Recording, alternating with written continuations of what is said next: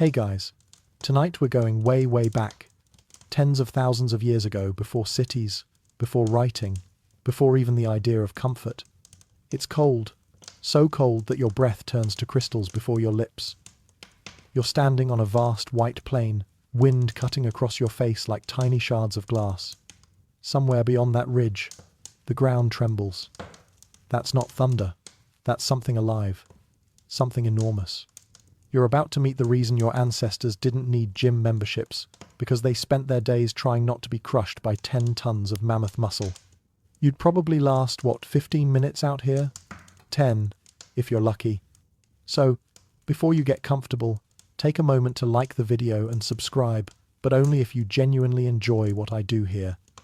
And tell me in the comments where and when are you listening from tonight. Now, dim the lights, maybe turn on a fan for that soft background hum, and let's ease into tonight's journey together. The snow crunches under your bare boots, the air sharp as flint in your lungs. You can taste the cold, it's metallic, clean, and merciless. The sun never truly rises here, it just glows behind a curtain of mist, painting the endless ice in bruised shades of blue and grey. You're following the same frozen horizon that your ancestors once did, when survival was a full-time job, and failure meant becoming someone else's dinner. You walk toward the faint outline of your camp. The smell of smoke reaches you, first wood mixed with mammoth dung, pungent and oddly comforting. It's the only thing that keeps frostbite from nibbling at your fingers. Your tribe is small, a dozen souls wrapped in hides stitched from the beasts they've slain. They huddle close around a sputtering fire, the flames licking at the darkness like a desperate heartbeat. Someone waves you over. It's Caro, the oldest of the hunters. His beard is stiff with frost, his eyes narrowed against the wind. They're moving, he mutters. You know who he means. The herd. The giants. Somewhere beyond the river, massive shadows are shifting against the snow. Every year, they come south, drawn by the promise of grass beneath the ice, and every year, your people follow, drawn by the same promise of meat and bone and life. You sit beside the fire. The warmth seeps through your numb skin, slow and aching.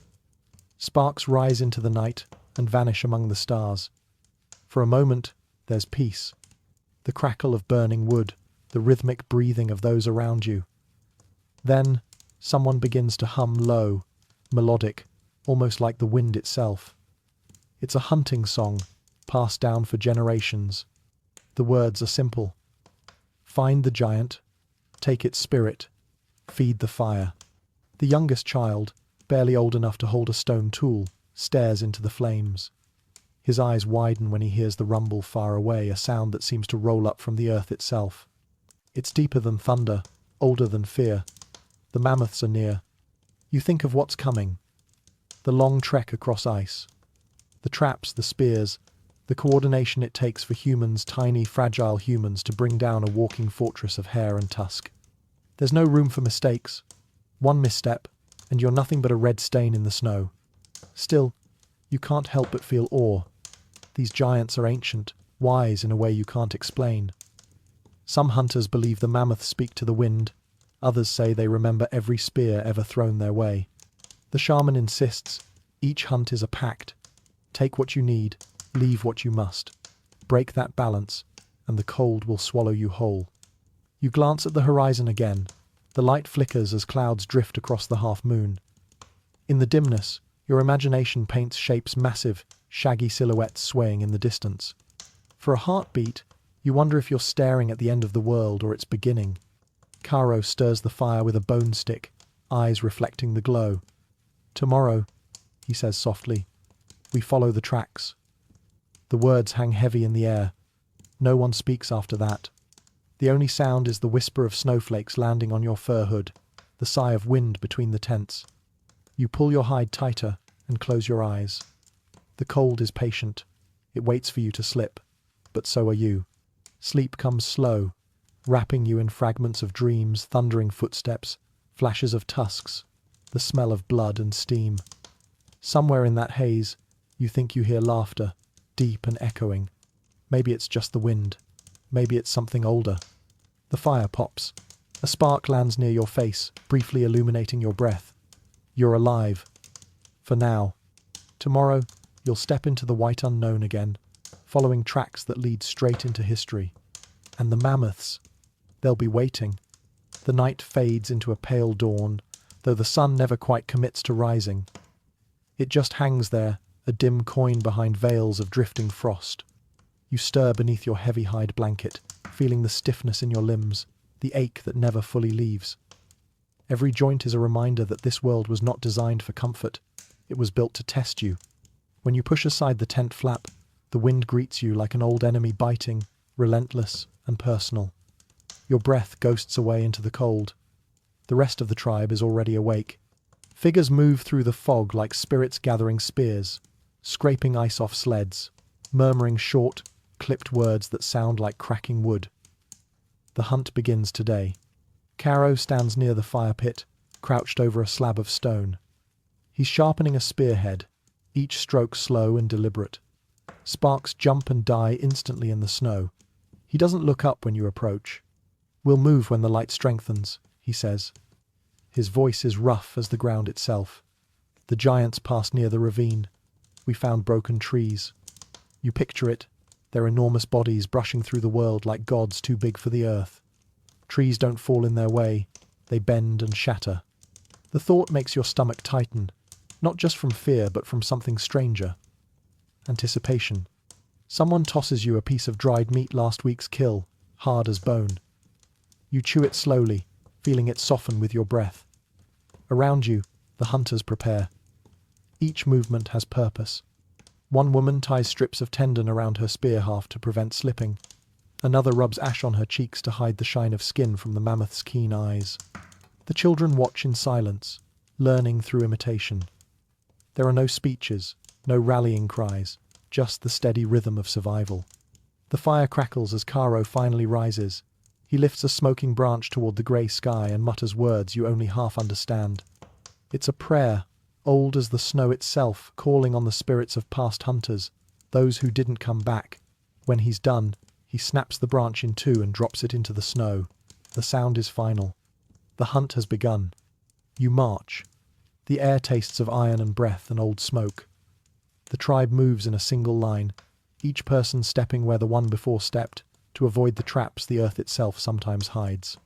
Beneath the snow lies treachery, thin ice, cracks, sinkholes. Nature here doesn't forgive curiosity. Hours pass. The landscape stretches forever. White hills, grey stones, a world sculpted by wind and time. Then you see it, a trail. Giant depressions in the snow, wide as a man is tall. Each print still steaming faintly, melting frost at the edges. You crouch and press your hand inside one. The warmth shocks you. They were here, recently, very recently. Caro kneels beside you, his eyes narrow. "They move slow today," he murmurs. "The wind's against them." You both know what that means. The herd hasn't caught your scent yet. You have a chance. The group fans out silently, like shadows slipping across the ice. Spears ready. No one speaks. Even the children know that words can travel farther than arrows. The only sounds are the crunch of snow underfoot and the distant groan of shifting glaciers. Then, movement. A shape materializes through the fog, impossibly large, slow as a drifting mountain. You freeze. The mammoth's back sways like a hill come alive. Steam rises from its body. Its tusks, ivory crescents longer than your arm span, gleam faintly in the half-light. It moves with unhurried power, the kind of confidence that comes from knowing nothing dares challenge you. Your pulse drums in your ears. You can feel the tremor of each step under your feet. The ground itself seems to breathe with it. The mammoth pauses near a clump of dead grass, curling its trunk to rip it free. The sound it makes, a low, resonant rumble, vibrates in your chest.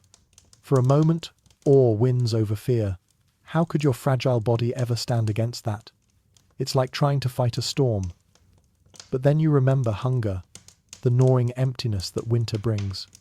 You remember the faces of the children, their ribs visible through the hides.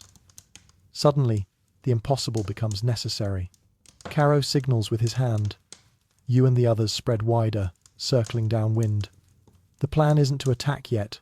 You'll track it, wait for the rest of the herd, find the weakest one. A lone mammoth can kill 10 men before its heart stops. Patience is survival. As the tribe follows the trail, the landscape changes. You pass over a ridge and down into a valley where broken trees lie scattered like bones. Here, you find something else, marks carved into the snow. Strange and deliberate. Not animal, human. Another tribe's tracks. You exchange glances. Competition. The tundra isn't big enough for two hungry groups chasing the same herd. Caro crouches, runs his finger through a print. Recent, he mutters. They hunt the same beasts. A murmur runs through the hunters. Rival tribes sometimes share fires, but just as often, they share blood. The rules of this frozen land are simple. Eat or be eaten. Not all the dangers have tusks. You move on carefully, keeping to the edges of the valley. The mammoth prints merge with those of men and then diverge again. Somewhere ahead, both predator and prey move through the same snow. The light fades early. You find shelter near a cluster of boulders, carving a shallow pit for the fire. The smoke rises in thin, desperate lines before being torn apart by the wind. Someone hums the hunting song again softly, almost under their breath. You catch yourself whispering the words too. As night falls, Caro leans closer to the fire. Tomorrow, he says, we'll see them all, the herd, the others. The earth will shake. His eyes glint in the light, wild and certain. You stare into the flames until the shapes blur, until they look like tusks twisting in the dark. The cold gnaws at your toes. Somewhere out there, in the endless white, giants are walking. And so are men. The line between them feels thinner than ever. Dawn comes without color. It's just light, thin, washed out, hesitant, crawling across the frozen plain. The fire from last night has died down to a smear of grey ash. You rub your hands together, feeling the numbness crackle like brittle leather. Around you, the others rise in silence, faces ghostly in the pale air. Today is the day you'll find the herd. Caro doesn't speak much. He just nods once, and that's enough. The tribe moves again, quiet as the breath of the wind. You pull your fur hood tighter. The air so cold that each inhale feels like swallowing shards of glass. The snow squeaks beneath your feet, a soft, fragile sound that still manages to echo across the emptiness. Hours pass before you see the first signs. The trees ahead look wounded, bark torn, branches split clean as if by an invisible hand. Then you see the prints again, deep as graves, lined with frozen meltwater. Mammoths have passed through here, recently, but there's something else too. Scattered bones, not animal human. You kneel to brush the frost away from a skull, half buried in the snow. A crack runs through it, clean and decisive. A spear wound. Caro stands over you. The other tribe found them first, he says flatly. He doesn't have to explain the rest. The rival hunters met the herd and failed. The bones are pale warnings. You rise, scanning the horizon. The herd can't be far. The smell in the air has changed, a mix of musk, wet fur, and something faintly sour. Mammoth scent. It's heavy and ancient, filling your lungs like smoke from a fire that's been burning since the dawn of time. The ground slopes downward, and there, through the mist movement, shapes. Not one, but many. The herd. You stop breathing for a second. They're magnificent. Enormous silhouettes moving in slow rhythm, their shaggy hair swaying like waves. Calves shuffle between the legs of adults. Steam curls from their backs into the cold. Each step they take sends a subtle tremor through the snow. You can feel it in your bones. Caro signals for the tribe to crouch low. You do, your heart pounding so hard you swear the giants might hear it. The wind favors you, still blowing from them to you. If luck holds, you'll get close enough to study, maybe even choose your target. You crawl forward on your belly, the fur of your hood brushing against the frost. Your fingers dig into the snow, steadying yourself as you peer between a curtain of frozen grass. The nearest mammoth is close enough now that you can see the condensation dripping from its tusks. Its eyes are small, dark, and oddly human. There's intelligence in that gaze, old, quiet intelligence that makes you feel suddenly very, very small. Caro whispers beside you. The one limping, see it? You follow his line of sight. One of the mammoths, slightly smaller than the rest, favors its right leg. The skin there looks torn, maybe from a hidden stone or ice shard. A weakness. That's your target. You nod. Plans whisper from one hunter to another like threads of smoke. The tribe will track the herd until dusk, drive them toward the frozen river tomorrow. There, the ice can become your ally or your grave. As the herd drifts past, you notice something peculiar. The young calves aren't playful. They stick close to their mothers, trembling. The adults form a tight ring whenever the wind shifts. They know something hunts them. And maybe they even remember. Some say mammoths never forget a scent, especially the scent of men. You stay there, frozen in awe. It's strange how beauty and terror can live in the same breath. A sudden sound shatters the stillness, a distant crack, sharp and wrong. You all flinch. Across the plain, a plume of smoke rises the other tribe. They've found the herd too, and they're not waiting for patience. The mammoths trumpet in alarm. The sound rolls across the land like thunder, deep enough to shake snow from the branches. The herd begins to move faster, their heavy bodies stirring the wind into swirls. You feel the vibration in your chest, the earth itself seems to panic. Caro curses under his breath. Fools. They'll scatter them. And scatter they do. The herd splits, half turning toward the ridge, half charging toward the lower valley straight toward your position.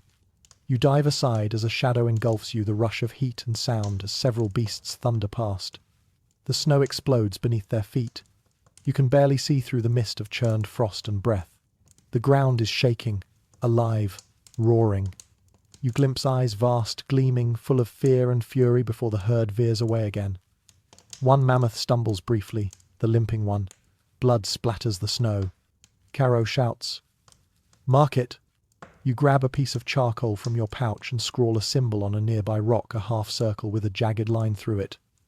Tomorrow, when the storm clears, you'll know where to find the wounded giant. The noise fades. Silence returns, slow and uneasy. The mammoths vanish into the curtain of snow, leaving behind churned ground, a broken spear from another tribe, and a smell hot, musky, unforgettable. You rise shakily, snow clinging to your eyelashes. The others do the same, checking each other for wounds. No one speaks. Everyone knows what comes next. Tomorrow, there will be blood theirs or yours. Caro looks to the north, where the wounded mammoth disappeared. "We follow," he says simply. His voice trembles, not from fear, but reverence. You look back one last time at the valley, where broken trees and human bones lie together under the frost. The air feels thicker now, charged with something that isn't just cold. The giants are out there, and they're watching. You can almost feel it, the weight of ancient eyes in the mist.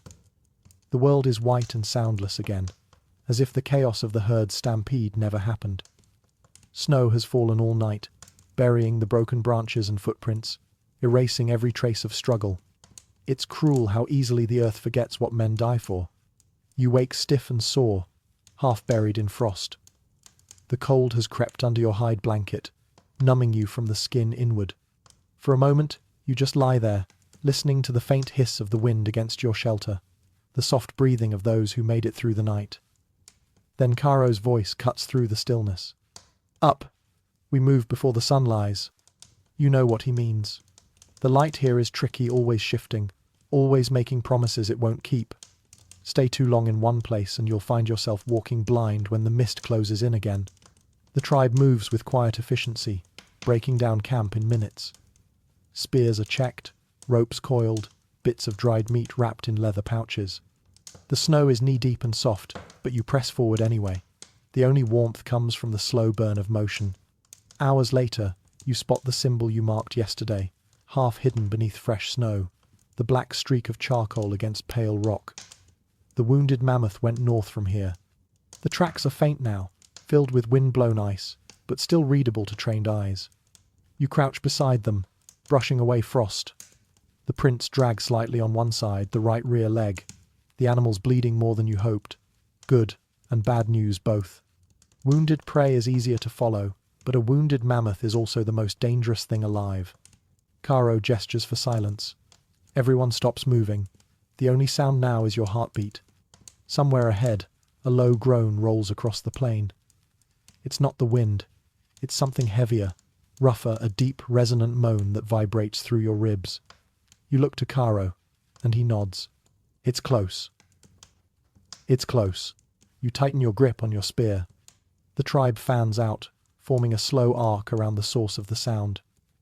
You move carefully, each step deliberate, avoiding the crunch of brittle snow. One careless noise could turn the hunter into prey.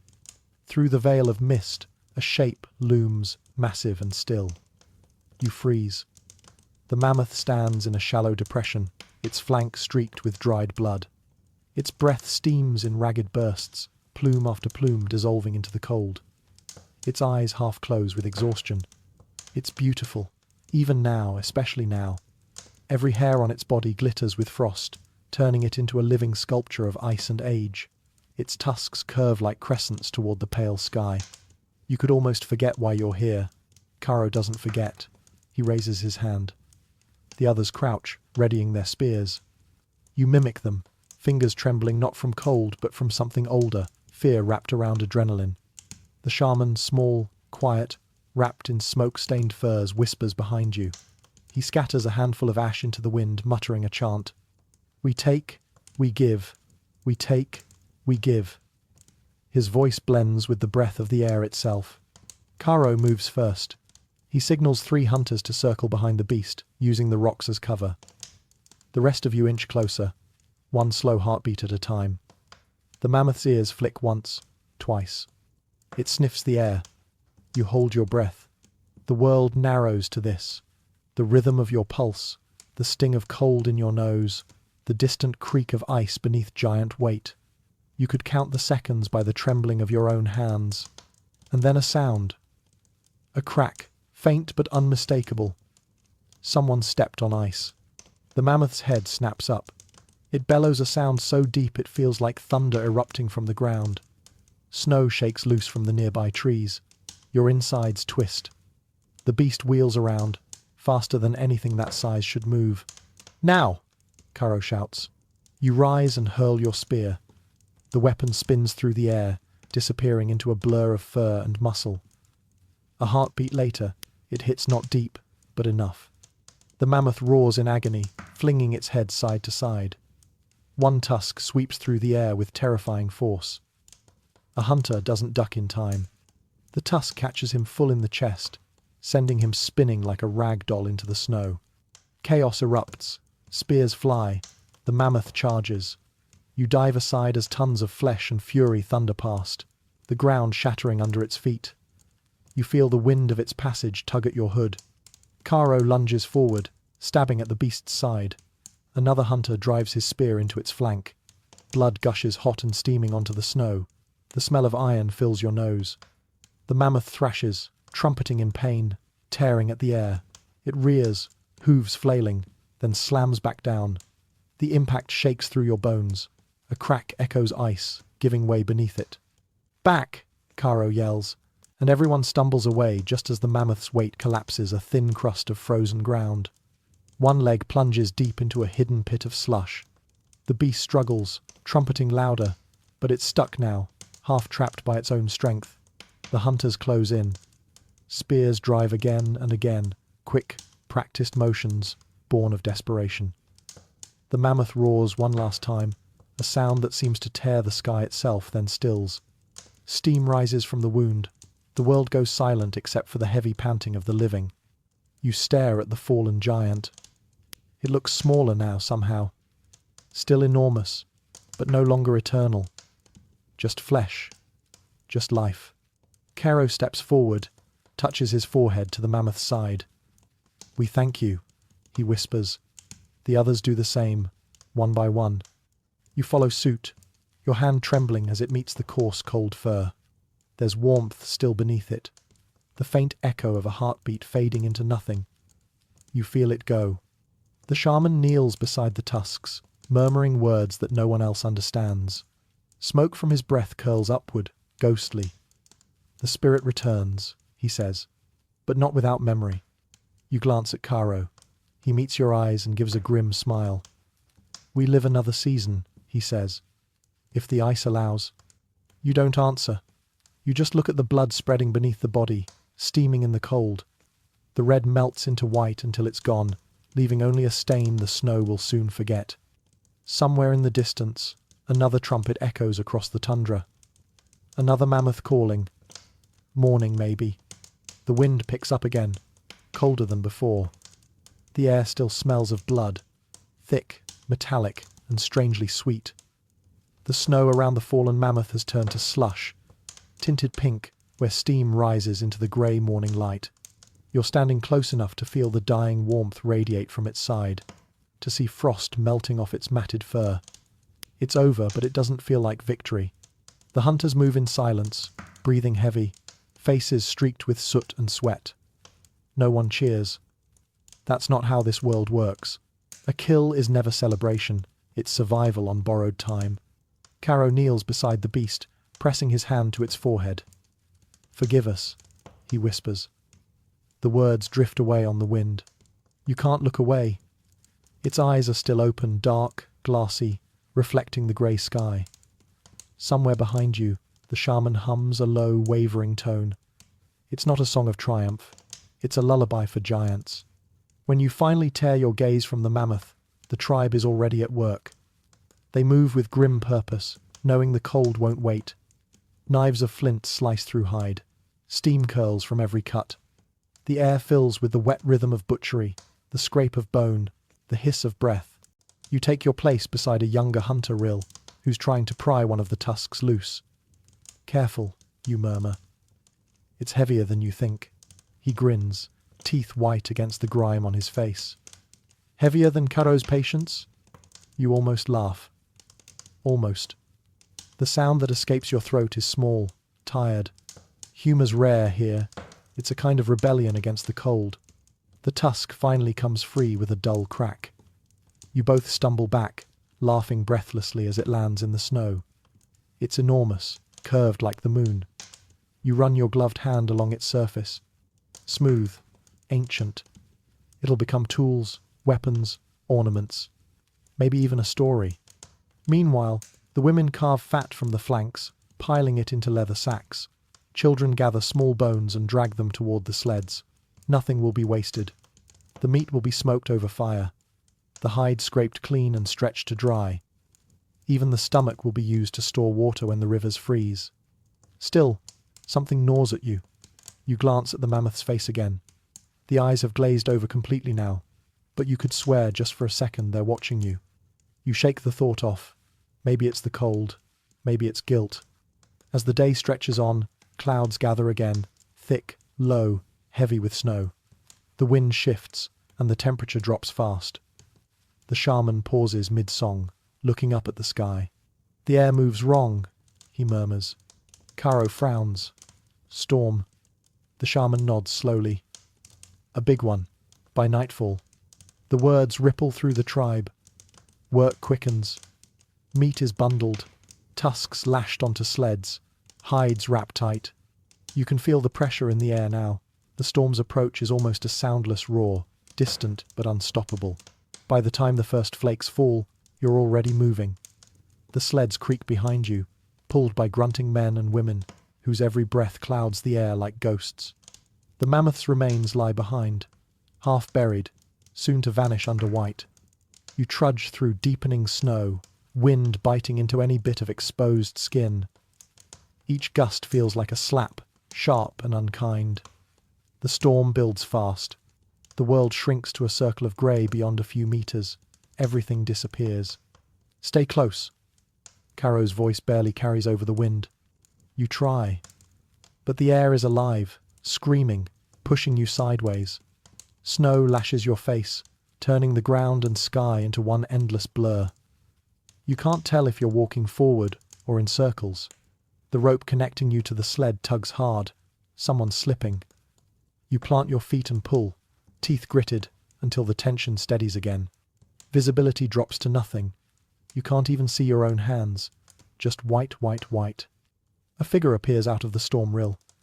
He's shouting something, but the wind steals the words. You lean in. "What?" He points ahead, shapes dark ones moving through the blizzard. For a heartbeat, panic flashes in your chest. The mammoths? Impossible. But then you see the way they move. Upright, struggling, human. The other tribe. Even through the snow, you can feel the tension spike. Caro waves everyone to stop. The two groups stare at each other through the storm's veil. There's no language between you, just the raw understanding that only one tribe can claim this territory now. Then lightning cracks across the sky, blinding white. Thunder follows like a drumbeat from the gods themselves. The moment shatters. The rival hunters vanish into the blizzard, maybe fleeing, maybe circling. You'll never know for sure. By the time you reach the shelter of a shallow ravine, the wind is screaming. You collapse under an overhang, dragging the sleds close. The fire you manage to light is small, fragile, pathetic, but it's enough. You sit there, shivering, watching the flames fight the storm. The shadows dance across the snow, stretching and shrinking like living things. Caro sits beside you, silent for a long time. Then he says, "The first blood is always hardest. After that, you stop feeling it." You don't answer, because you're not sure that's true. Outside, the storm howls louder, swallowing the night whole. And somewhere in the white void, far beyond your fragile shelter, another trumpet echoes, faintly distant, mournful. Maybe a herd calling for the one you took, or maybe just the wind remembering. Morning arrives, but the light is dim and strange, like the sun has forgotten how to rise. You wake to silence, the kind that comes after fury. The storm has passed, leaving the world buried under a fresh, merciless layer of white. Snowdrifts rise taller than a man. The camp looks like a cluster of ghosts frozen mid-breath. You push yourself upright, your joints stiff, your skin raw from cold. Every movement feels like a small argument with your body. When you crawl out from under the overhang, the air bites instantly. Your eyelashes freeze together before you even blink. The world is still. No wind, no sound, just the faint hiss of falling frost from the ledge above. For a moment, you could almost believe the storm swallowed everything alive. But then, you hear its soft voices, muffled laughter, the scrape of bone tools against hide. The tribe survived, barely. Caro is already outside, his fur hood rimed with ice. He's squatting beside a small fire, feeding it with bits of mammoth fat that sputter and hiss. The smoke rises sluggishly in the cold air. He looks up as you approach. "We lost a sled," he says simply. "And 2 men." You nod. The words don't hit as hard as they should. Out here, grief freezes quickly too. The shaman sits a few paces away, drawing lines in the snow with a stick, circles, spirals, then a shape that looks vaguely like a mammoth's tusk. His eyes are distant, fogged by frost and trance. When you glance at him, he whispers, "The wind carried their spirits north. They'll follow the herd now." You almost smile at that. Almost. The tribe eats in silence a handful of dried meat, a gulp of melted snow, the flavor of survival. The mammoth meat you harvested yesterday is frozen solid, impossible to chew without thawing. But that's fine. You'll live another day. After the meal, Cairo orders scouting. The herd's scattered. We find them again before another tribe does. You join the group of trackers, heading east. The snow is deep, but under it you can feel the hard crust of ice formed by the storm. Each step crunches faintly, echoing across the open plain. The air is crisp, the kind of cold that makes sound sharper. It doesn't take long to find signs of life. Broken saplings, a torn patch of earth, and finally droppings, half frozen but fresh. You crouch beside them. Steam still curls upward faintly. You exchange glances with the others. Mammoths, not far. As you continue, the silence of the world becomes its own kind of sound. You hear the soft hiss of your breath inside your hood, the distant creak of the snowpack settling, the faint pop of ice in the ground. Every noise feels amplified, alien. You realize just how small you are in this landscape, a flicker of life moving through an ocean of cold. Then, a shape appears ahead. At first you think it's a boulder half buried in snow, but it moves. A great hump rises and falls. You signal the others, dropping low. The figure shifts again, sending a puff of white into the air. It's a mammoth. A young one, lying down. You inch closer, heart hammering. Its side heaves shallowly, wounded maybe from the storm, maybe separated from the herd. Its fur is caked with frost, one leg bent at a strange angle. The eyes flutter open, dark and glassy, watching you without fear. Behind you, one of the hunters whispers, "Easy meat." Caro raises a hand. "No." You frown, glancing at him. "Why not? It's dying anyway." He shakes his head. "Not today. Killing a lost calf brings bad luck." The herd remembers. The others mutter, but they obey. Out here, superstition isn't weakness, it's survival dressed as respect. You stay there for a moment, meeting the mammoth's gaze. There's something unsettling in its stillness, something almost human. It doesn't flinch, doesn't even blink. You can see your reflection in its eyes, a small figure in a sea of white. Finally, you turn away. The others follow. Behind you, the calf exhales one last cloud of steam into the freezing air. Hours later, you return to camp with little more than frostbite and exhaustion. The shaman greets you with a strange look. "The spirits spoke while you were gone," he says. "They said the storm was not an ending. It was a warning." Caro snorts. Warnings don't fill bellies. But you notice the shaman's hand trembling slightly as he traces another symbol in the snow, this one shaped like a spiral curling inward, as if the world itself were collapsing. That night, the tribe gathers close around the fire. The wind moans faintly outside the ravine, and the flames dance in unpredictable rhythms, throwing shadows that twist and stretch along the walls. Someone tells a story about the first hunters, how they chased mammoths across rivers of fire and ice, how the earth itself punished those who took more than they needed. You stare into the flames, hypnotized. The light flickers across faces worn thin by cold and hunger. The smell of smoke and mammoth fat fills the air. Caro's voice cuts through the murmur. "Tomorrow, we head west. There's shelter there. Maybe more herds." No one argues. As the night deepens, the fire burns lower until only the coals glow like tired eyes. You pull your furs close and lie down beside the fading warmth. Just before sleep takes you, you think you hear something outside, the soft, rhythmic rumble of heavy steps. Distant, deliberate. You open your eyes, staring into the darkness. Nothing moves, only the wind. But deep inside, you know that sound. The giants are still walking. You wake before dawn, long before the first light stains the horizon. The fire has died down to embers, glowing faintly beneath a crust of ash. The cold has a new sharpness to it, less like air, more like a presence pressing in from every side. You sit up, breath puffing white in the dark, and listen. For a moment, all you can hear is the slow heartbeat of the world, the faint crackle of ice, the distant moan of the wind winding through the ravine. Then, something else, soft, rhythmic, unmistakable. Footsteps, not human. You glance toward the mouth of the shelter, your pulse quickening. The sound grows louder, thud, pause, thud like a slow drumbeat shaking the earth itself.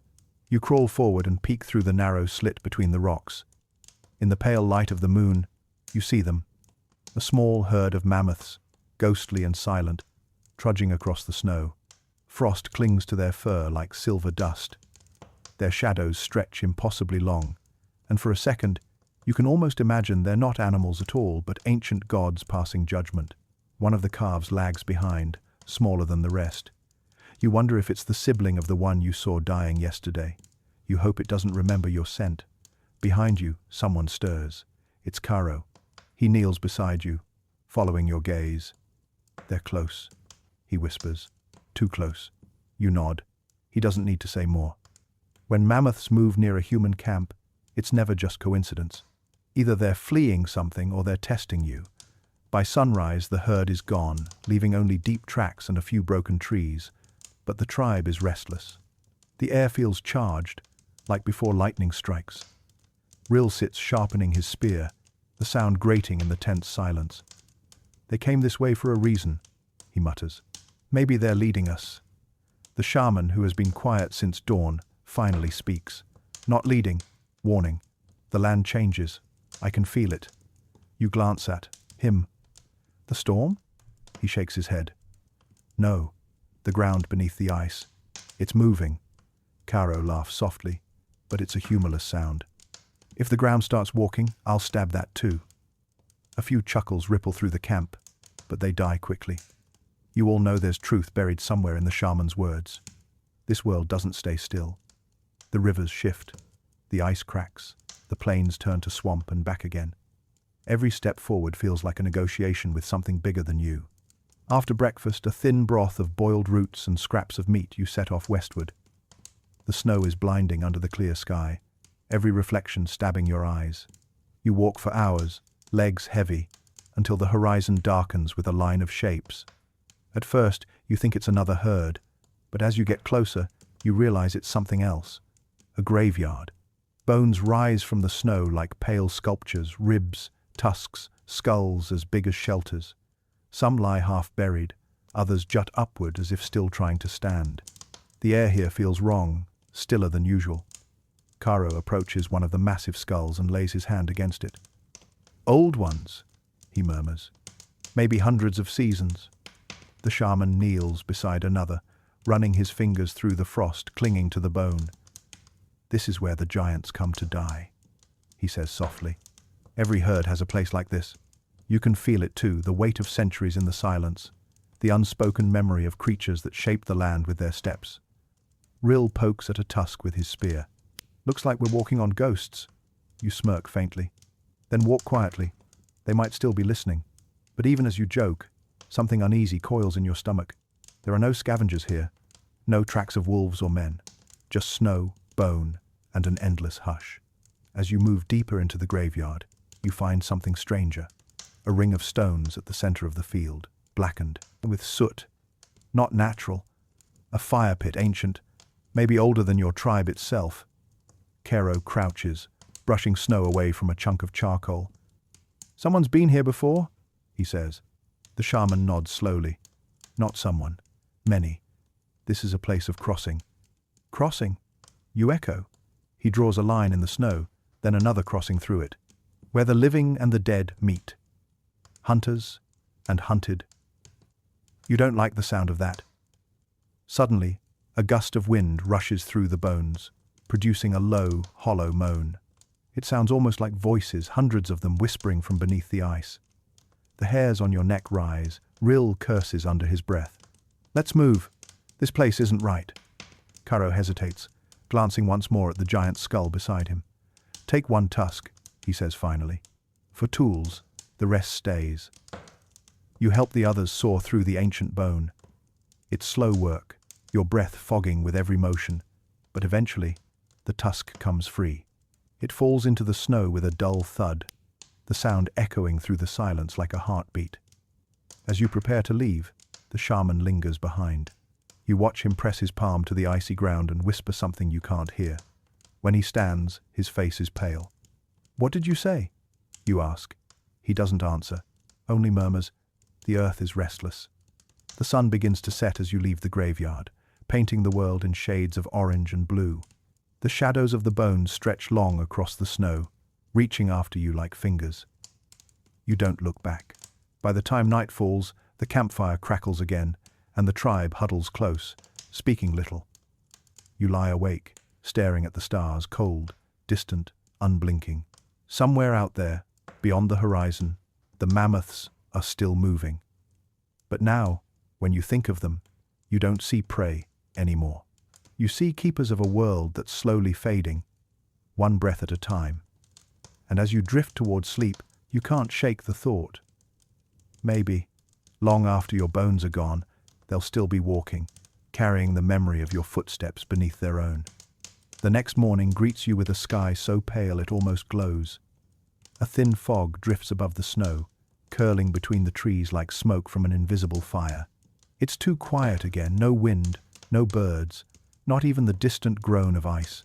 The kind of silence that feels alive, like the world is holding its breath. Caro orders the camp broken early. "We move before the fog thickens," he says. "It hides paths and things worse than that."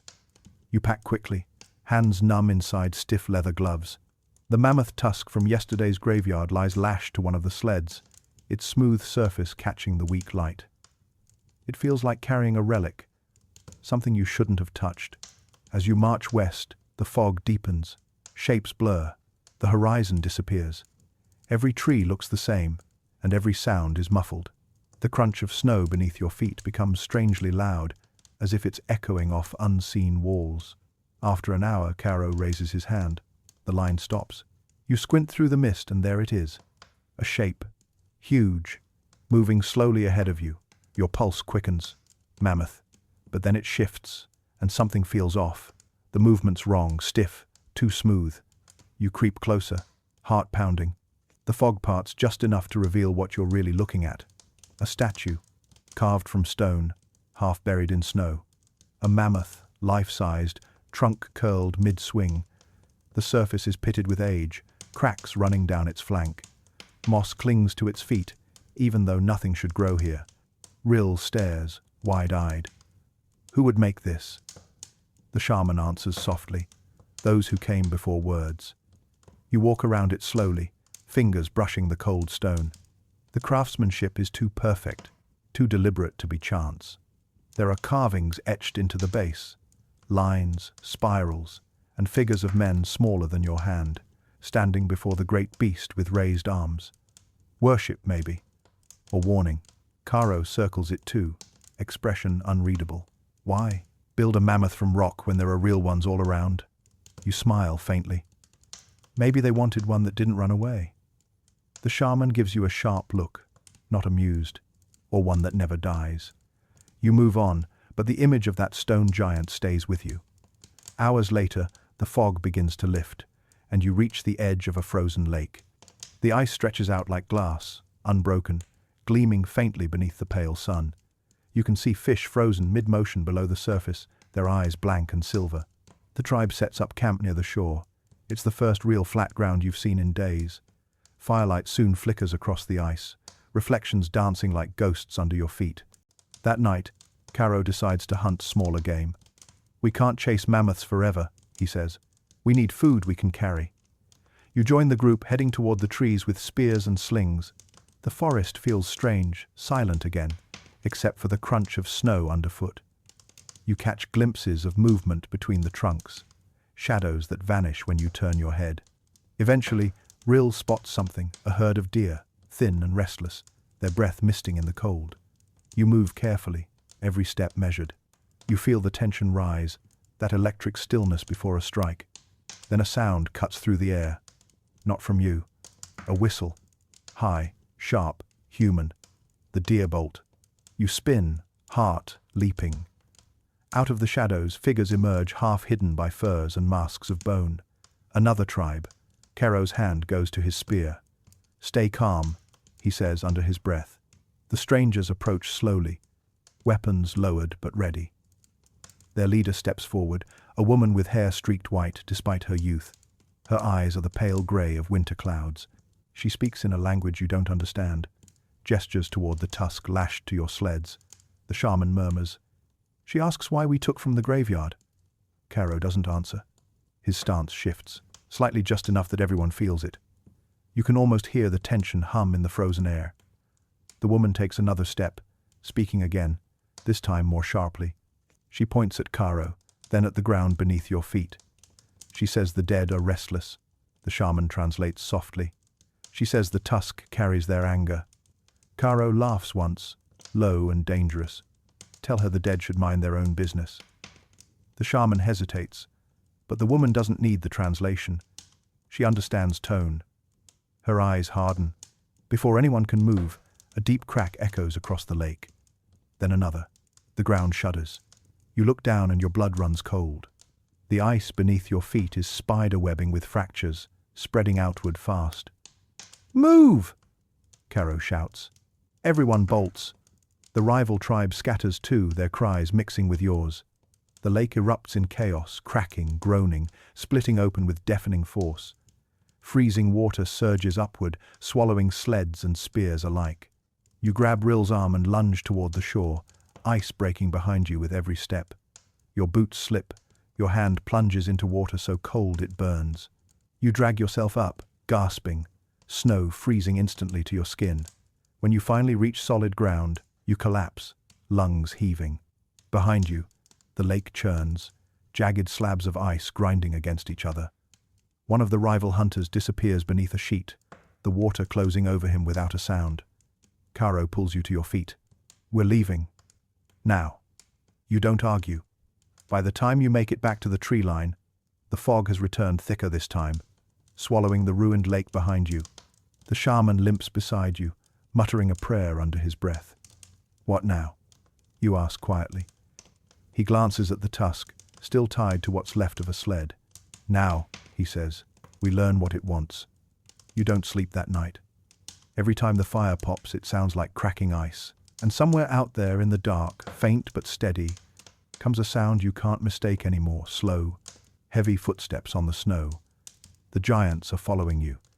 The next day dawns with a cold so deep it feels alive, slithering through every seam of your furs, biting at your bones. You can't shake the feeling that the ice itself is watching. The lake behind you is silent now, flat, white, and pretending nothing happened. But you remember. You remember the sound of it splitting open like a beast awakening. Caro doesn't talk much that morning. None of you do. The shaman has tied bits of red cloth to the sled with the mammoth tusk, muttering low prayers in a language older than words. You don't know what the cloth is supposed to do, protect, maybe, but the color looks like blood against the snow. Rill breaks the silence first. You think that tribe will follow us? Caro snorts. If they're smart, they'll go the other way. You glance over your shoulder at the endless white behind you. It feels less like emptiness and more like something waiting. And if they're not? Caro's eyes narrow. Then they'll meet the same end as that ice. The wind picks up as you march, low and whispering, like it's trying to say something you can't quite hear. The shaman stops often, pressing his ear to the ground.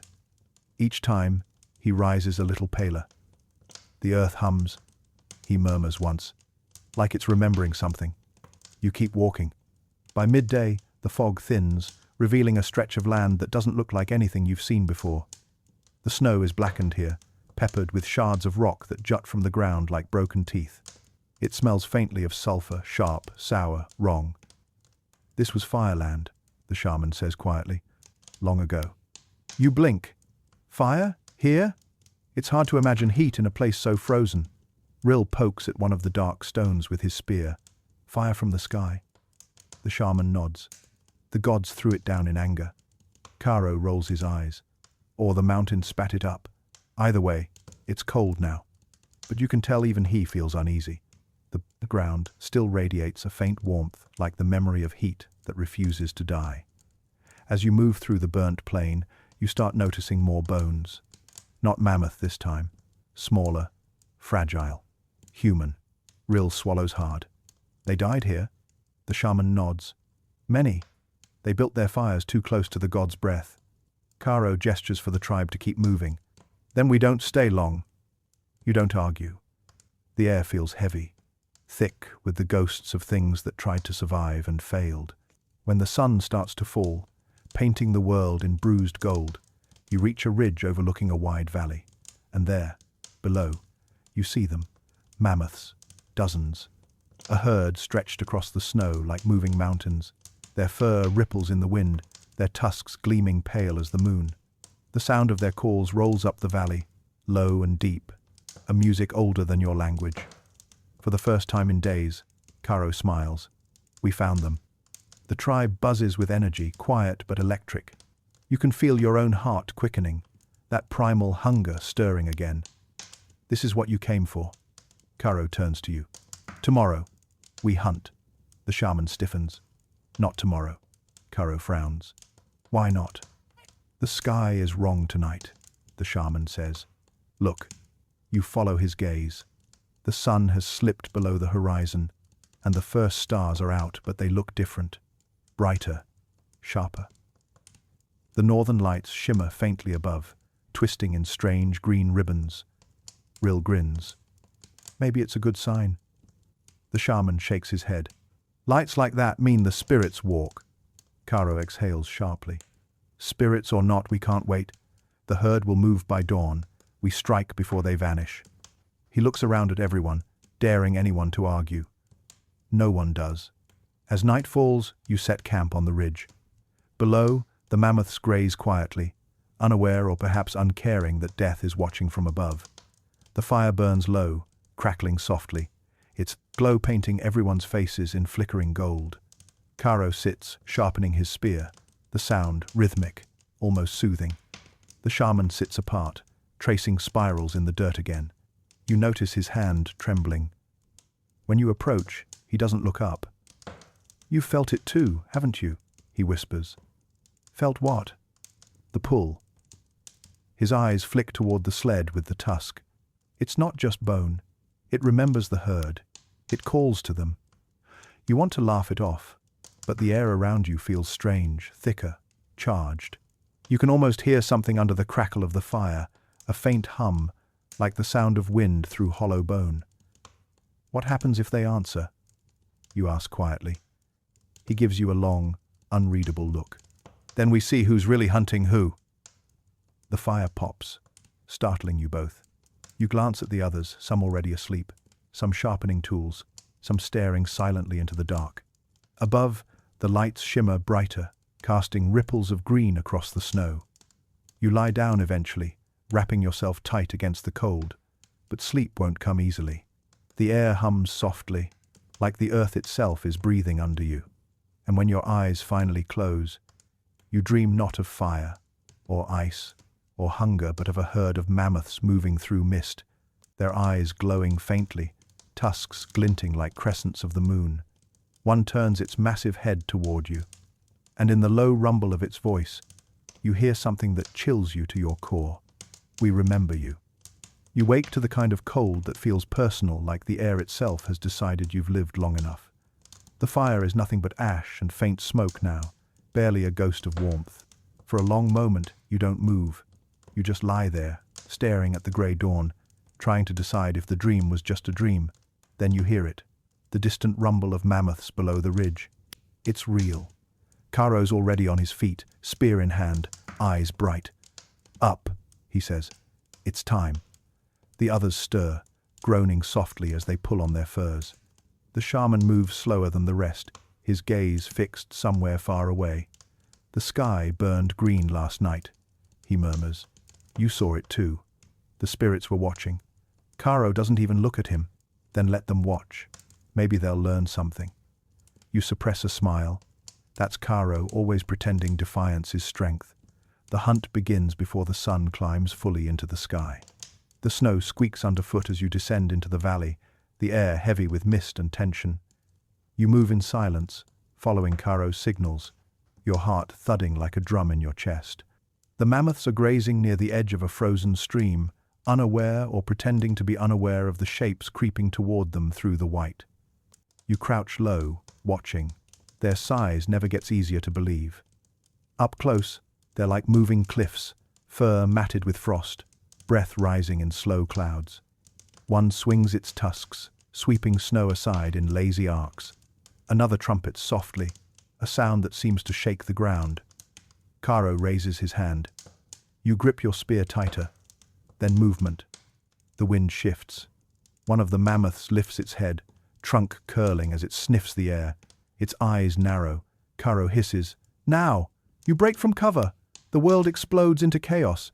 Hunters sprint, shouting to drive the herd toward the river.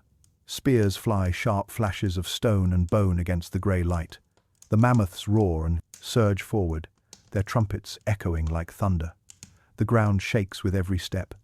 You sprint beside Rill, lungs burning, vision narrowing to nothing but motion and noise.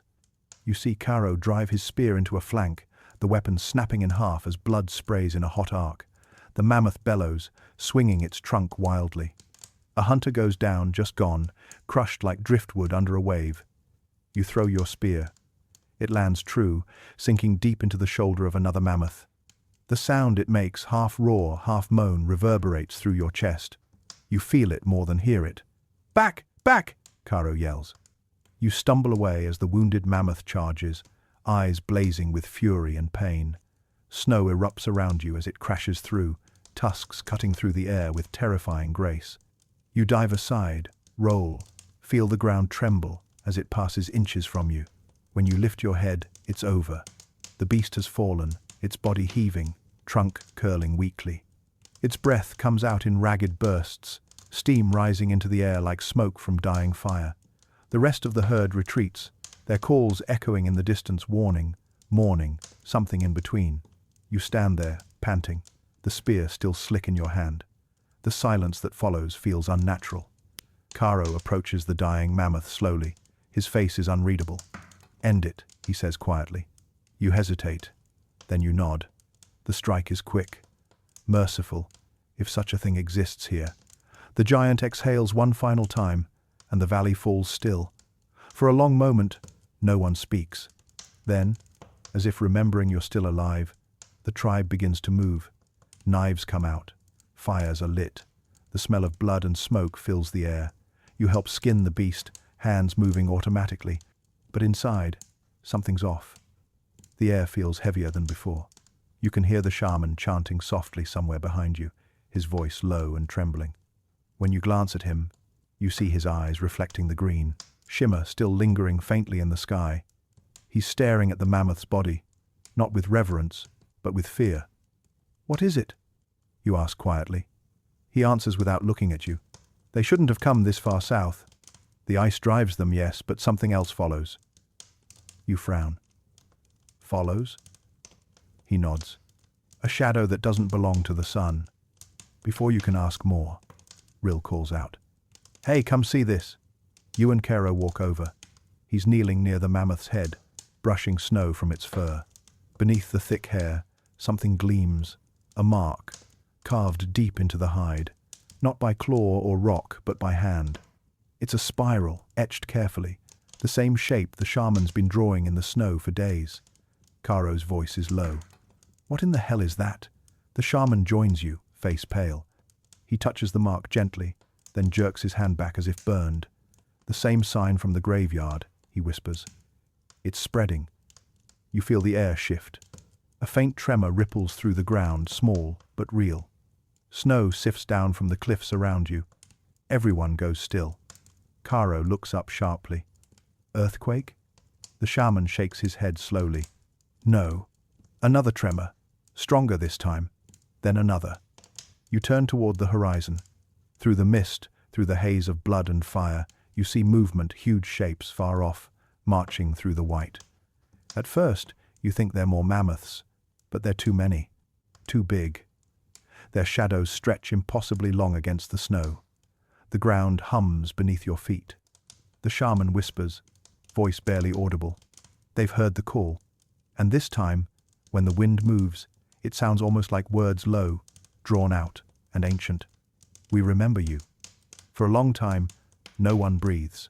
The world seems to shrink until there's only the sound of the wind, the cooling body of the mammoth, and that low, distant rhythm pulsing through the ground like a heartbeat too large to belong to anything alive.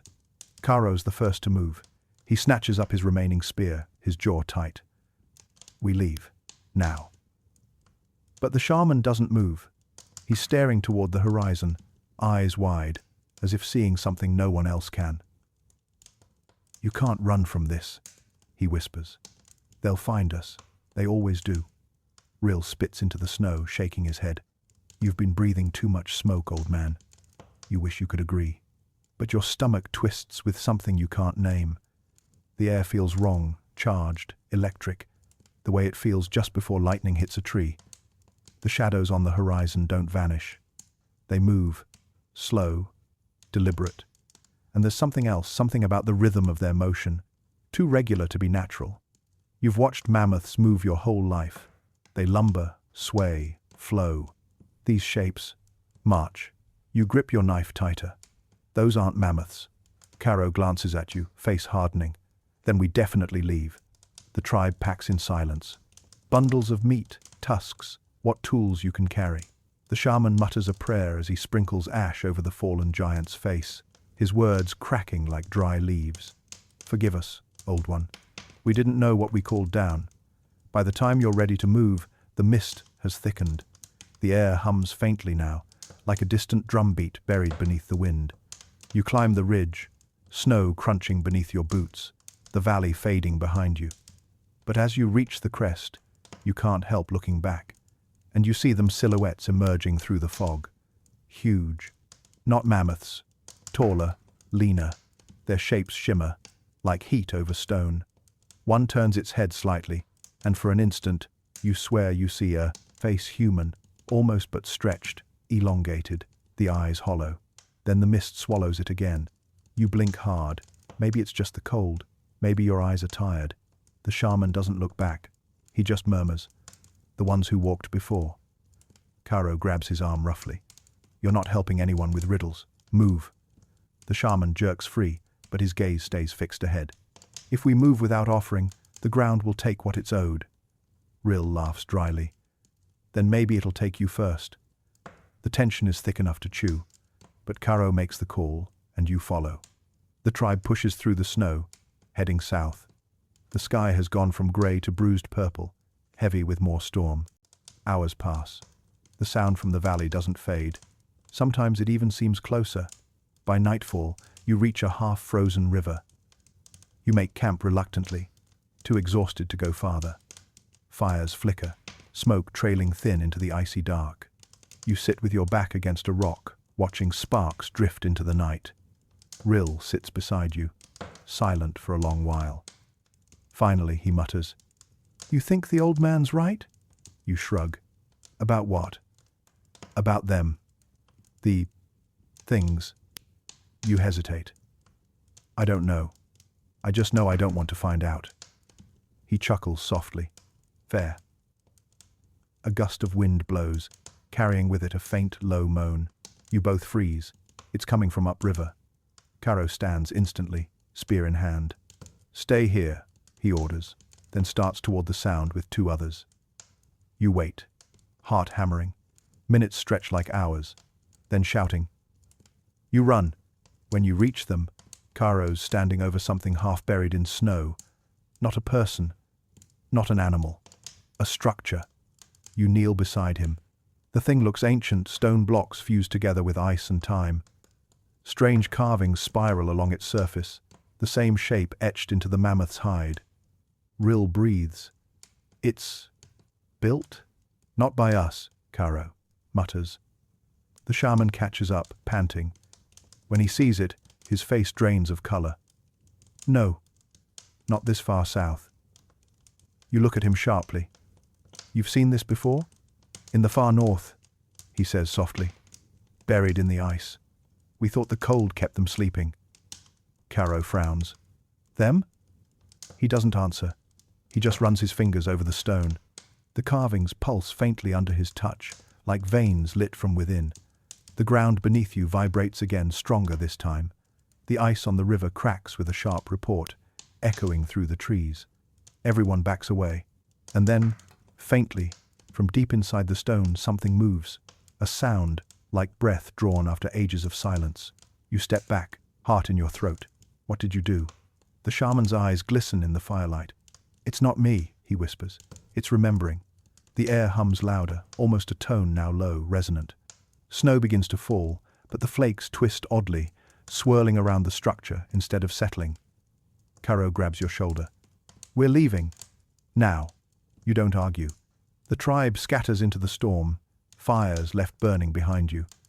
As you run, you hear the sound again, the same voice from before, rolling through the wind like a whisper from something impossibly large. You took what was ours. Snow lashes your face, your lungs burn. The sound fades, then returns, closer. When you finally stop to catch your breath, the shaman collapses beside you, clutching something to his chest. It's a small stone, smooth and warm despite the cold. The same spiral carved into it. Caro stares at it. "What is that?" The old man looks up, eyes haunted. "A piece of what we woke." He looks at you, and it's not done speaking. Somewhere far behind you, a deep, rhythmic pounding begins again. Slow, deliberate, endless, like the footsteps of something that remembers where you are. By the next morning, the world feels thinner. The light doesn't seem to fall the way it used to. It slants through the fog in long, pale ribbons, as if hesitant to touch the ground. The air smells of iron and snow. And something else. Something old. You've barely slept. Every time you closed your eyes, you saw that spiral the way it seemed to pulse when the shaman touched it, like it had a heartbeat of its own. You'd swear you can still feel it under your skin, faint and insistent, matching your pulse beat for beat. Caro doesn't look much better. His jaw is set, eyes rimmed red, movements sharp as he divides rations. The tribe moves quietly, their usual morning chatter gone. The only sounds are the crack of frozen leather, the hiss of fire, and the distant rumble from the direction of the valley you left behind. When Rill breaks the silence, it's with a whisper. They're still moving. I saw them before dawn. Caro's head snaps up. The shadows? He nods. Far off, but closer than yesterday. No one answers.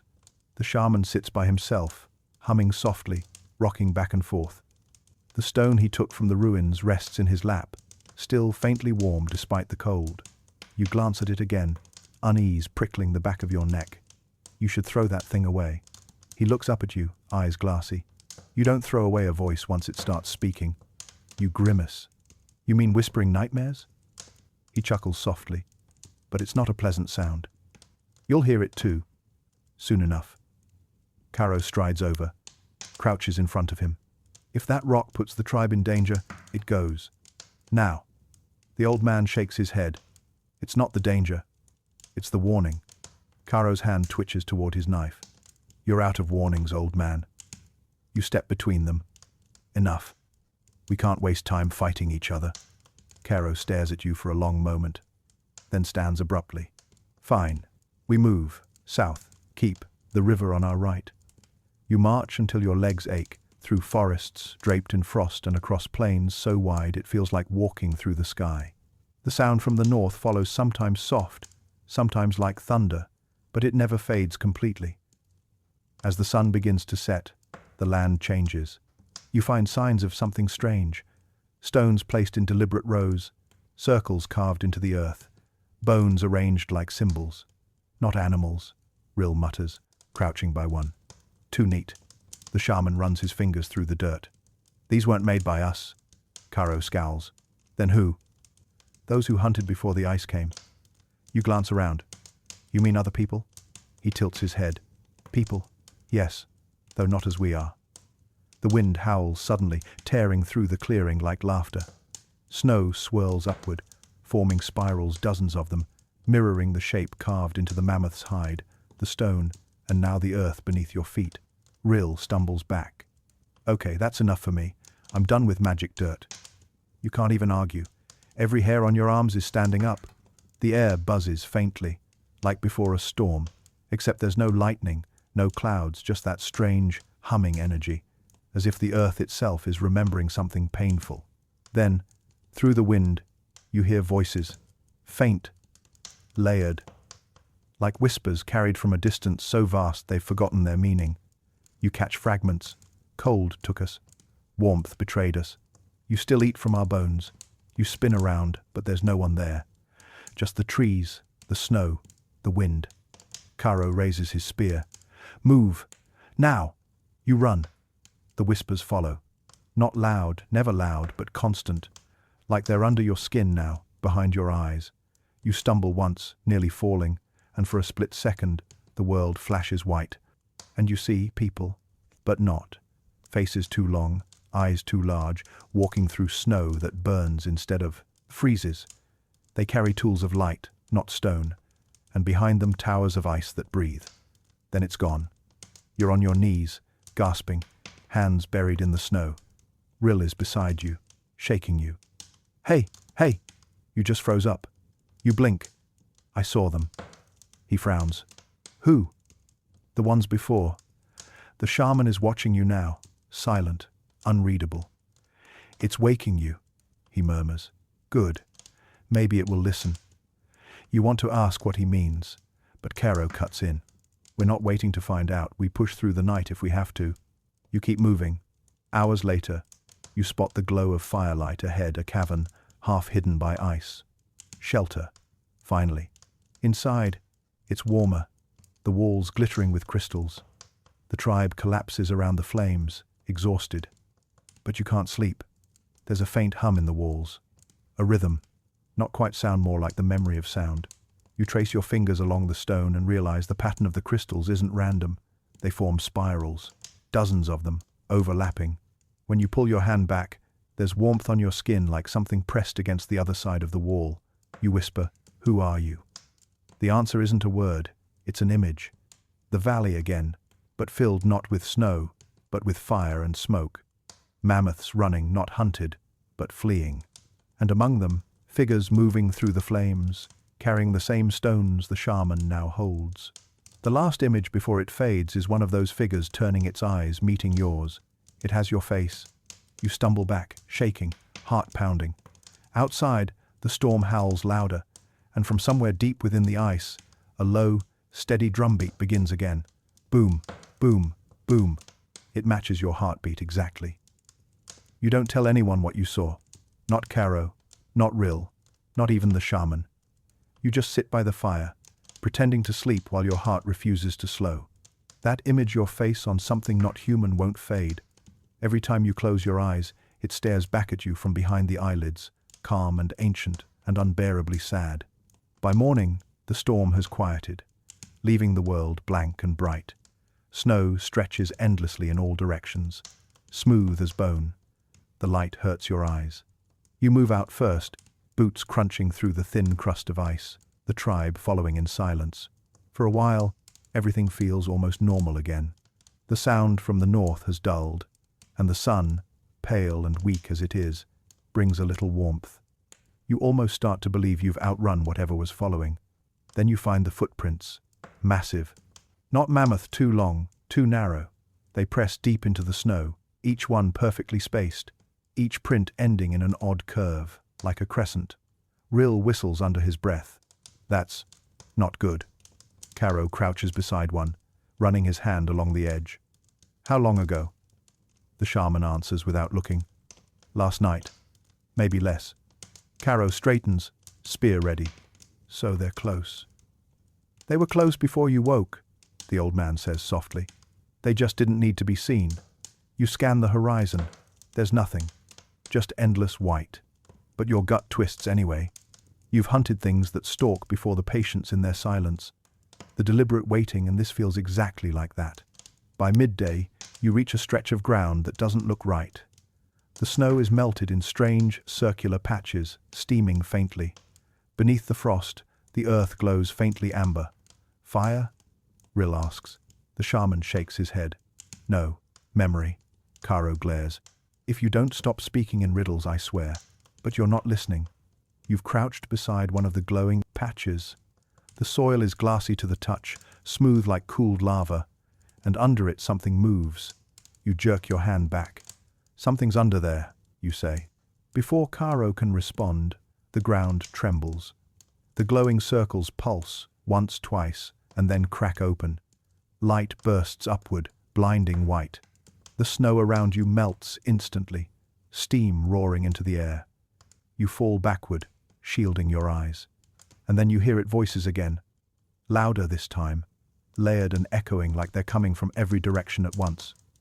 We gave you warmth. You gave us death. The light dims enough for you to see shapes forming inside the steam. Tall, human-like, no, almost human. You can see faces flickering in and out of them, too fast to focus on. They move toward you, soundless, their steps not touching the ground.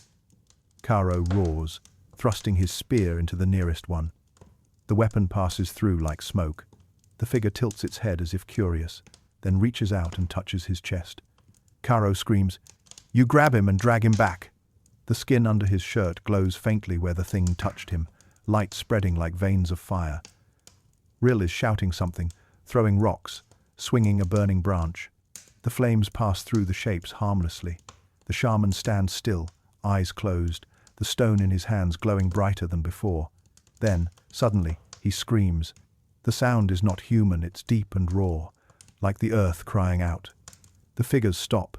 For a heartbeat, the world goes silent except for the echo of that scream. Then the shapes begin to retreat, fading one by one into the mist, until only the hum remains the same low vibration you've come to dread. When it finally stops, the snow settles again. The light fades. You can breathe. Caro collapses to his knees, gasping.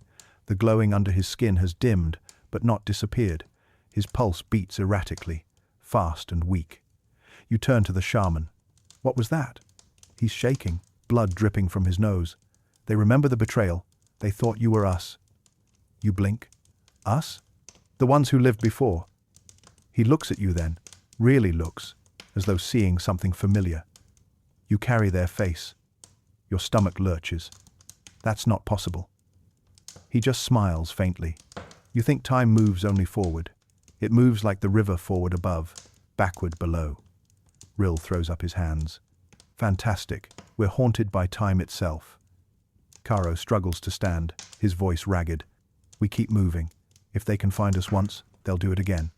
But before you can agree, the ground gives another small tremor, then splits open beside the melted patches. A crack in the earth, dark and deep, exhaling warm air that smells of stone and something older. The shaman's gaze flickers toward it. The hollow paths, he murmurs. They lead to where it began. You stare at the crack. The air rising from it hums faintly the same pitch as the voices. Rill shakes his head. We're not going down there. Caro looks between the fissure and the horizon, jaw tightening. If what's up here keeps coming for us, maybe below is safer. You almost laugh. Safer than ghosts? Safer than waiting to die in the open, he snaps. The shaman presses the stone to his chest, eyes closed. It calls to you too, doesn't it? And it does. You hate that it does, but deep inside, something in you answers. Maybe it's fear. Maybe it's recognition. Caro meets your gaze. We move at dawn. Down. That night, you dream of the spiral again. But this time, you're not outside looking in.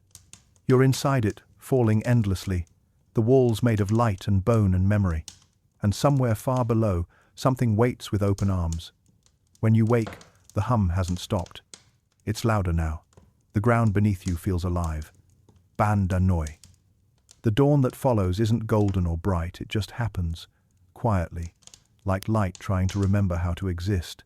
The snow is gone here, replaced by a strange frostless circle around the fissure, where warm air seeps out in lazy breaths. The tribe stands at its edge, faces drawn and pale.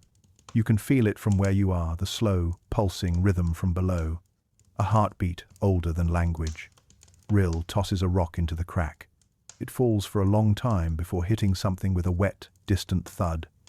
Yeah, he mutters, definitely feels like a bad idea. Caro, predictably, doesn't hesitate. He ties a rope of sinew around his waist, fastens the other end to a stone spike, and grins thinly. You can wait up here if you want. You roll your eyes. You'd die of boredom without me. He smirks. Then keep up.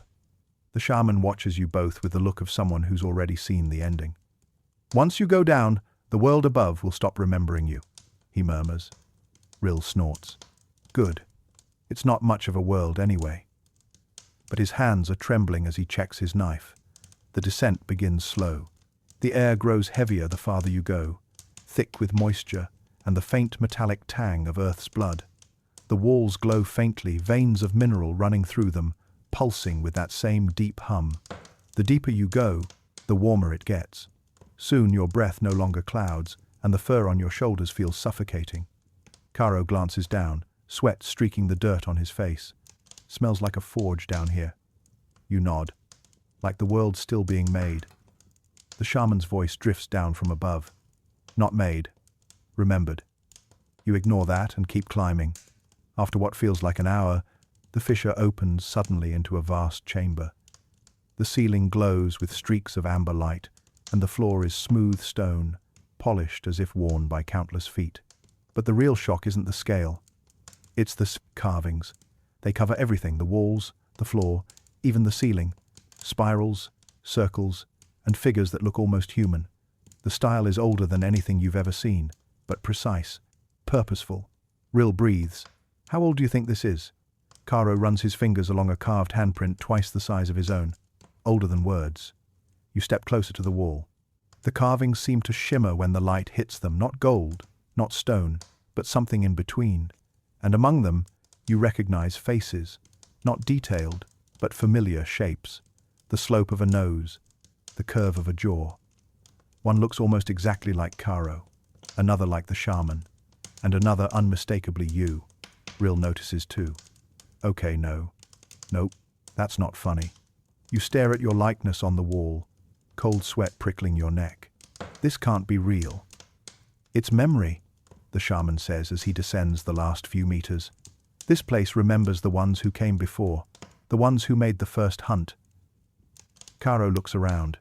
So this is what Their temple. The shaman shakes his head slowly. Not temple. Warning. As if on cue, the hum in the air deepens. The ground trembles lightly under your boots. And then a sound. Soft. A breath. From the far end of the chamber, something moves. A figure, half buried in the wall itself, begins to stir. Its skin glows faintly like molten rock cooling. You step back as the stone around it cracks and falls away. When it opens its eyes, the light within them burns like dawn through fog. No one speaks. Then it moves its mouth slow, deliberate, and the air shakes with the sound. We waited. The voice doesn't echo. It vibrates, settling in your ribs, in your teeth. Caro grips his spear tighter. What are you? The figure tilts its head. What are you? Asterisk. The question hits like a wave, not as sound but as memory. Images flood your mind, a sky filled with ash, mammoths running across plains of fire, men and women wielding light like tools. You see them building this place, carving warnings into stone, then ruin, ice swallowing everything. When the vision ends, you're gasping. Rill looks shaken. What was that? The shaman answers quietly. Their extinction. And ours, if we forget it. The figure steps closer. It moves like smoke and stone at once. The carvings glow brighter with each of its steps. You opened the breath again, it says. You called us when the warmth returned. Caro shakes his head. We didn't call anything. We were hunting. Always hunting, the voice says, with something like sadness. You take what you don't remember making. The shaman falls to his knees. Forgive us. The ice took our stories. The figure studies him, then looks at you. You remember, it says. You freeze. No, but you do. Somewhere deep in you, there's a memory not yours, not really, but familiar. You standing here, thousands of winters ago, carving the same warning into the stone, telling yourself never to come back. The figure's voice softens. The circle closes when the fire rises again. You must choose, the world above, or what sleeps below. Caro scoffs. We choose life, always. But the figure smiles a sad, knowing smile. Then you will repeat it.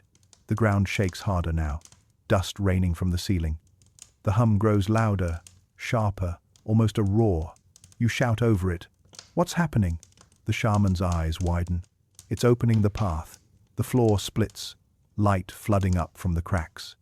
You can see movement below, enormous shapes stirring in the glow. Mammoths? No, larger. Bones of the old world waking. Caro grabs your arm. We're leaving! Now! You hesitate, glancing at the figure still half in the wall. It watches you with something like pity. Remember, it whispers. When the warmth returns, do not build again. Then it turns to stone once more, the light in its eyes fading to darkness. You climb, lungs burning, heart racing. The air grows colder the higher you go. The hum fades behind you. When you finally pull yourself out of the fissure, night has fallen. The stars above are sharp and endless. Rill collapses beside you, gasping. Next time someone says, let's follow the weird noise underground, I'm punching them. You try to laugh, but the sound catches in your throat. Because when you look north, you can still see it, a faint glow under the ice, pulsing, waiting, and you can't help but feel that somewhere deep below, the memory of the old world has started breathing again. The next days blur together in a haze of exhaustion and silence. The tribe doesn't speak of what happened below, not out of fear, but because the words don't fit anymore. How do you explain to someone that the earth remembers? You sit by the fire, staring into the flicker of its orange veins. Every crackle sounds like that hum still echoing in your bones. The mammoth meat you once roasted so proudly now tastes faintly of ash and guilt. Caro paces by the edge of camp, his movements restless. We can't just pretend it didn't happen, he mutters. There's something down there, something we woke up. Rill doesn't look up from sharpening his spear.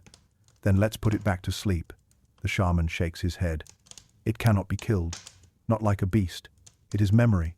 It will wait. You close your eyes. He's right. Even now, you can feel it beneath the ground, that patient pulse. That night, you dream again. You're standing on the plain, but the ice is gone. The grass stretches endlessly, rippling gold in the wind. The sun burns brighter than it should, and on the horizon, something moves. At first, you think it's a mammoth, but then the shape rises higher, wider like the land itself has learned to stand. Its skin is cracked stone, and within those cracks glows the same molten light from below. It opens its eyes, and you feel the world tilt. We built warmth. We forgot fire. You wake gasping, sweat cold on your neck. The fire has gone out. The night feels wrong, too still, too full. Somewhere far off, the ice groans. By morning, mist curls low across the tundra. The air smells faintly of minerals and smoke, though no one has burned anything yet. The tribe packs their things wordlessly. No one suggests staying. As you walk, the ground beneath you hums, faint but steady, like a heartbeat you can't unhear. Maybe it's just in our heads, Rill says, forcing a grin. Caro doesn't answer. You keep moving, north, away from the fissure, away from the light. But the farther you go, the more the world seems to shift. The snow feels thinner, the winds warmer, and the animals, they're restless. You spot a herd of mammoths on a distant ridge, bunched close together, trumpeting nervously. A shadow passes over them, not from clouds, but from something unseen. They scatter, disappearing into the haze. Caro watches with a grim look. They can feel it too. Maybe they remember better than we do, the shaman murmurs. You want to argue, but you don't, because deep down, you feel it too, that dread threaded with awe. The sense that something ancient has begun to stir again, and there's no stopping it. That night, the stars burn strange, brighter, almost feverish. You sit by the dying fire, listening to the wind. It carries whispers that almost sound like language. Rill dozes beside you, his breath uneven. Caro sits across from you, turning a shard of amber over in his hands. It glows faintly, like it's remembering sunlight. You ever think, Caro says quietly, that maybe we're not the first to get this far? Maybe they all reached this point, the warmth, the hunger, the forgetting, and then started over. You stare into the embers. Maybe that's why they built warnings instead of temples. He nods slowly. And maybe we didn't listen. The shaman speaks from the shadows. We never do. Not until the ice takes us again. The fire sputters, sending sparks into the dark. One lands on your fur sleeve, hissing softly before dying. You think of the voice from below, the one that said when the warmth returns, do not build again. But you know how this will go. The warmth will come. The herds will move north. The tribe will follow. And eventually, someone, maybe not you, maybe your children will start building again, because that's what people do. Still, when you finally lie down to rest, you whisper to yourself not a prayer, but a promise. When the warmth returns, remember. The wind sighs in answer, soft as breath. And for a moment, you think you hear it again, that slow, ancient heartbeat, fading beneath the snow. It's not loud now, just steady, patient, waiting. You close your eyes, letting it lull you. The world grows dim, your thoughts blur into the hum. You imagine the earth beneath you, layers upon layers of memory, of fire and frost and flesh. You imagine the mammoth still walking, ghost-like, under the ice. You imagine the first hands that carved the warnings you found, and how they must have felt tired, afraid, certain no one would listen. The sound fades, the light flickers, and the last thing you feel before sleep takes you is warmth, soft, human, familiar, like a story being told again, even though it should have been forgotten.